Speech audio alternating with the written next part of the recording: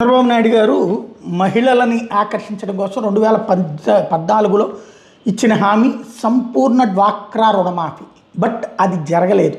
కానీ చివరిలో పసుపు కుంకుమ పేరుతో తలా 10,000 రూపాయలు వేశారు. అది చాలదని ఇంకో 10,000 కూడా వేస్తామని కొంతమందికి అది కూడా వేశారు. కొంతమంది 15,000 20,000 అట్లా పడ్డాయి. కానీ ఎన్నికల్లో ఆ అమౌంట్లు తీసుకుని కూడా వ్యతిరేకంగానే ఓటు పడ్డాయి. రాత్రి తెల్లవారులు క్యూ లైన్లో మహిళల నుంచి ఉంటే ఆ డబ్బులు వచ్చినాయి కదా అని అనుకున్నారు. అదే ఈ మధ్యన రాజస్థాన్, మధ్యప్రదేశ్ అట్లాంటి చోట్ల డబ్బులు ఇస్తే ఓట్లు పడ్డాయి. ఇప్పుడు మరోవైపు స్టాలిన్ వచ్చేటప్పటికి 5,000 రూపాయలు ప్రతి మహిళ అకౌంట్లో 1,30,00,000 అకౌంట్లలో వేశారు.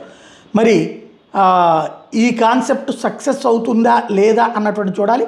2023లో మధ్యప్రదేశ్లో బీజేపీ వేసింది, 2024లో మహారాష్ట్రలో బీజేపీ వేసింది. 2 చోట్ల అధికారం వచ్చింది వీళ్ళకి.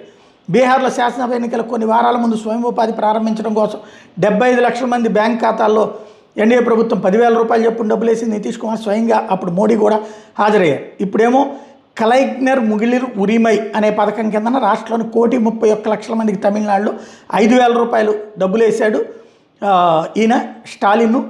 మరి వాళ్ళు గెలిచినట్టు గెలుస్తారా, చంద్రబాబు నాయుడు దెబ్బతిన్నట్టు దెబ్బతింటారా అన్నది చూడాల్సి ఉంది.